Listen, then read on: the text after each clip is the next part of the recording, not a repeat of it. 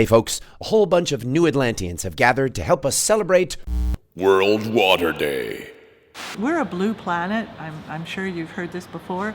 I mean, we should be called, planet Ocean instead of planet Earth, because we are oceans, and we should care because the oceans buffer the carbon dioxide and the atmosphere and the temperatures.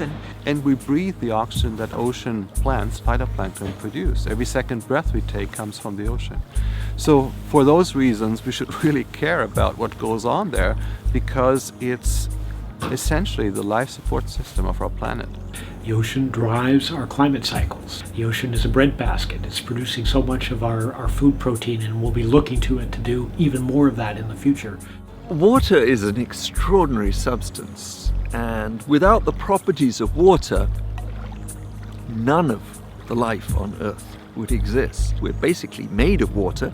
We've got to consume a lot of water every day to live, and all the things we eat, they need water as well. It's something like 97% of the water on the planet is salt water, and of the remaining fresh water, 90% of it's in Lake Baikal, and so the amount that's available for human use is actually remarkably small. It's a couple of thousand cubic meters per person per year, but of course it's not spread equally. There's probably nothing that's more important than fresh water. There's all sorts of statistics about how long people can survive without this or without that, without food.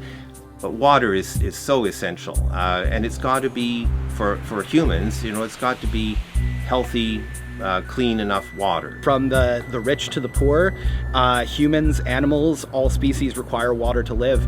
So when you contaminate water, when water's wasted, that's in many ways robbing from not just us, but also other ecosystems that depend on it. The public often feel that since we have, especially here in Canada, what we view as an unlimited amount of water, that this can't possibly be a problem for us in the future. In the future, we probably won't be having discussions about the movement of oil because we'll have figured out solutions not to use oil. We'll be talking about the movement of water because we may be so desperate to have it in some areas. We do have a lot of water, but it's inaccessible in many cases. When you look at the north, there's lots and lots and lots of lakes and rivers, but there's no people. And you can't get that water into where the population base is for Canada. So yes, folks, we have a lot of challenges. But new Atlanteans like us always help find solutions. So happy World Water Day. I love that effect.